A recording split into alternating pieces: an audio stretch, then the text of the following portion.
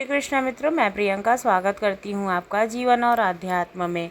मित्रों, आज की जो हमारी साखी है वो है एक फौजी की। तो चलिए सुनते हैं। एक बार बाबा जी सत्संग कर रहे थे तो एक भाई जी, उनकी एक टांग और एक हाथ नहीं थे, वो भी सत्संग में बैठे हुए थे। बाबा जी अभी सत्संग कर ही रहे थे कि वो आदमी उठा और बोला, बाबा जी मुझे कुछ कहना है। बाबा जी ने उसको रोकते हुए कहा, अभी रुको, सत्संग होने दो, उसके बाद में जो भी कहना है वो बोल लेना। बाबा जी के हुक्म के अनुसार वो आदमी वहाँ बैठ गया और सत्संग खत्म हो गया तो वो अपनी जगह पर खड़ा होकर के अर्ज करने लगा। तब बाबा जी ने बोला, आगे आ जाओ और यहाँ खड़े होकर कहो। वो आदमी आगे गया और खड़ा हो गया और बोलने लगा कि हुजूर, जब चीन के साथ युद्ध चल रहा था तो मैं उस युद्ध में लड़ रहा था। हमारी 62 आदमियों की एक कंपनी थी कि अचानक हमारे सामने एक बम आकर गिरा और जैसे ही बम फटा उससे बहुत से हमारे जो जवान थे वो मर गए और मैं भी न बच सका। मेरी दाहिनी टांग उड़ गई, मेरी दाहिनी बाजू और पूरी दाहिनी साइड जख्मी हो गई और मैं बेहोश होकर के वहाँ पर गिर गया।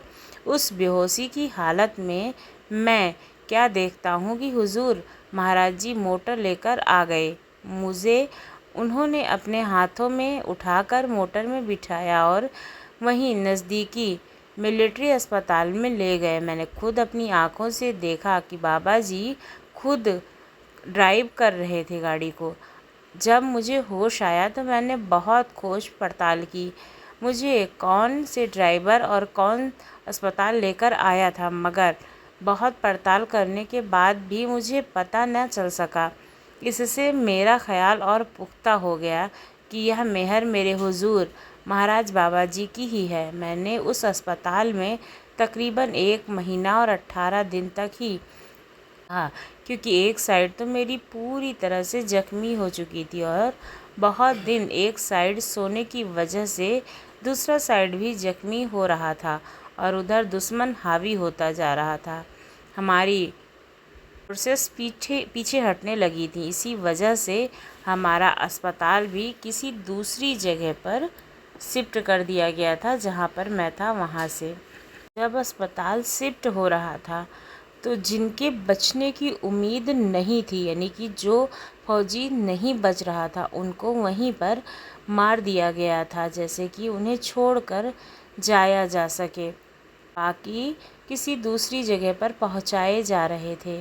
मेरा भी हालत ठीक नहीं थी।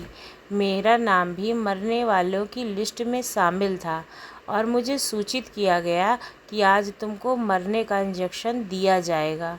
जब डॉक्टर मेरे पास आया तो मैंने उससे कितनी ही मिन्नतें की, मुझे छोड़कर मत जाना, मुझे मरने का इंजेक्शन ना दिया जाए। मगर मुझे कुछ समय बाद पता लगा कि मुझे मरने का इंजेक्शन तो दे दिया गया है, क्योंकि कुछ ही समय के बाद मुझे सब कुछ हरा हरा दिखने लगा था। मैं समझ गया कि मुझे पर इंजेक्शन का असर हो रहा है और अब मेरी मौत में थोड़ा ही समय बाकी है।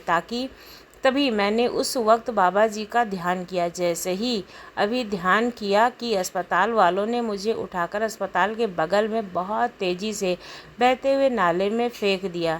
मेरा ध्यान करने की देरी थी बस, और खुद बाबा जी चल कर मेरे सामने आए। मैंने खुली आंखों से उनके दर्शन किए और उन्होंने फिर से एक बार मुझे अपने हाथों में उठाकर नाले से बाहर निकाल कर रख दिया और वहाँ से चले गए। और उसी समय अस्पताल वालों की एक गाड़ी आई। उन्होंने मुझे नाले के किनारे पड़ा हुआ देखा और मुझे भी गाड़ी में डालकर दूसरे अस्पताल में दूसरी जगह ले गए। अब मैं बाबा जी की परम दया के मेहर के साथ ठीक हो गया हूँ और लकड़ी की टांग के सहारे चल भी लेता हूँ। तभी बाबा जी बोले, भाई मुझे तो कुछ पता भी नहीं है, तो यहाँ संगत के साथ इतने समय से बैठा हुआ हूँ। अगर यकीन नहीं होता है तो संगत से पूछ ले, कितने ही दिनों से मैं कहीं नहीं गया हूँ क्या। और तभी फौजी बोला, बाबा जी मुझे सब पता है, जब फटा था तब मैंने देखा, आपने मुझे बचाया और मुझे नाले में फेंक दिया गया। तब मैंने अपनी खुली आंखों से देखा,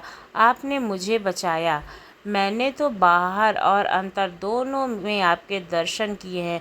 इस पर बाबा जी बोले कि तू जा, कि मुझे तो कुछ भी नहीं पता है कि ऐसा कब मैंने किया था तुम्हारे साथ में।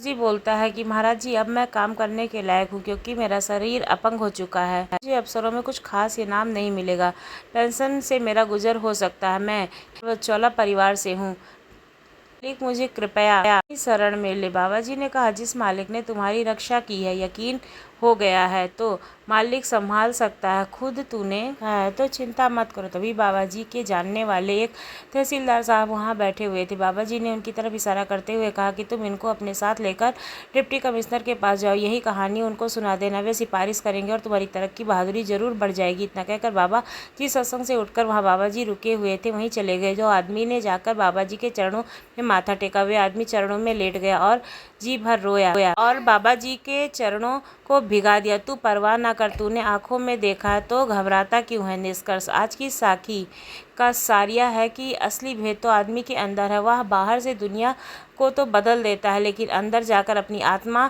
को नाम के साथ नहीं जोड़ पाता है। मगर जो मालिक अंदर बैठा है वह धोखा नहीं देता है। इसलिए नाम का सिमरन करते रहें, भजन सिमरन करते रहें। बोलो राधा स्वामी जी की जय।